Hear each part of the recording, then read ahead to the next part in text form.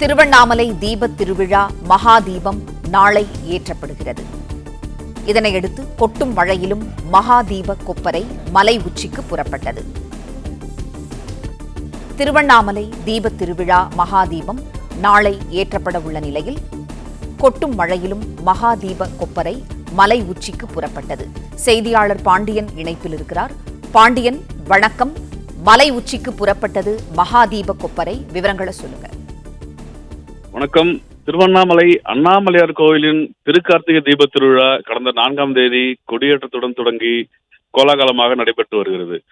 அனுதினமும் பஞ்சமூர்த்திகள் காலை மற்றும் இரவு வேளைகளில் வெள்ளி ரிஷபம், குதிரை வாகனம், காமதேனு கற்ப விருட்சம், வெள்ளித்தேர், மகாரதம் என பல்வேறு வாகனங்களில் எழுந்தருளி 4 மாட வீதியில் வலம் வந்து பக்தர்களுக்கு அருள்வாளித்தனர்.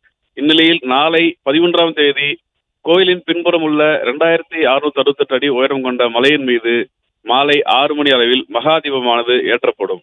இந்த மகாதீபம் ஏற்றுவதற்காக கொப்பரை இன்று அண்ணாமலையார் கோவிலில் சிறப்பு பூஜைகள் செய்யப்பட்டு கோவில் ஊழியர்களால் தோளில் சுமந்தவாறு மலை உச்சிக்கு கொண்டு செல்லப்படுகிறது.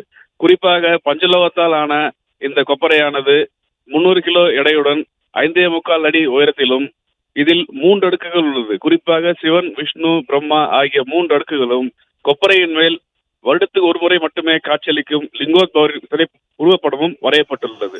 தற்போது மழையையும் பொருட்படுத்தாமல் பணியாளர்கள் தோளில் சுமந்தவாறு கொப்பரையை மலை உச்சியில் கொண்டு செல்லும் பணியில் ஈடுபட்டு வருகின்றனர்.